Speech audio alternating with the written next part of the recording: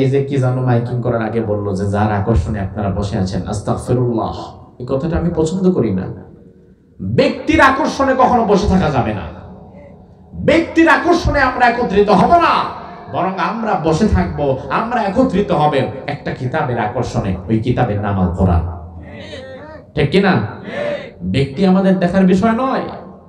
ব্যক্তি আজ আছে কাল নাই, ব্যক্তি আজ হকের পথে আছে কাল গোমরাহ হয়ে যেতে পারে, ব্যক্তি আজ দ্বীনের পক্ষে আছে কাল বিক্রি হয়ে যেতে পারে, কিন্তু আমি কোরআনের পক্ষে থাকবো। কোরআন কোনোদিন বিক্রি হয় না। ঠিক কিনা? এই জন্য ব্যক্তি না কোরআন, ব্যক্তি না কোরআন। এই জন্য কারো আকর্ষণে বসবো না, আমরা বসবো কোরআনের আকর্ষণে।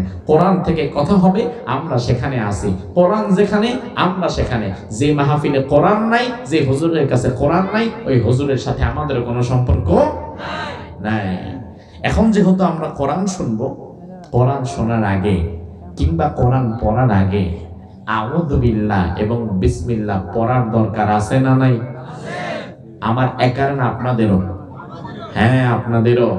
তার কারণ হচ্ছে যখনই আপনি কোরআন শুনতে চাইবেন, তখনই আপনাকে ধোঁকা দেওয়ার জন্য সবচেয়ে বেশি চেষ্টা যে করবে, তার নাম কি?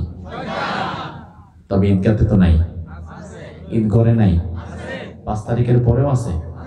সর্বনাশ করছে। যদি থেকেই থাকে, তাহলে শয়তানের ওয়াসওয়াসা থেকে বাঁচার জন্য আল্লাহর দরবারে একবার আউযু বিল্লাহ পড়ে আশ্রয় চাওয়ার দরকার আছে না নাই? কারণ আল্লাহ বলছেন, বান্দা ফাইদা ক্বরাতাল কুরআন ফাসতাইন বিল্লাহি মিনাশ শাইতানির রাজীম।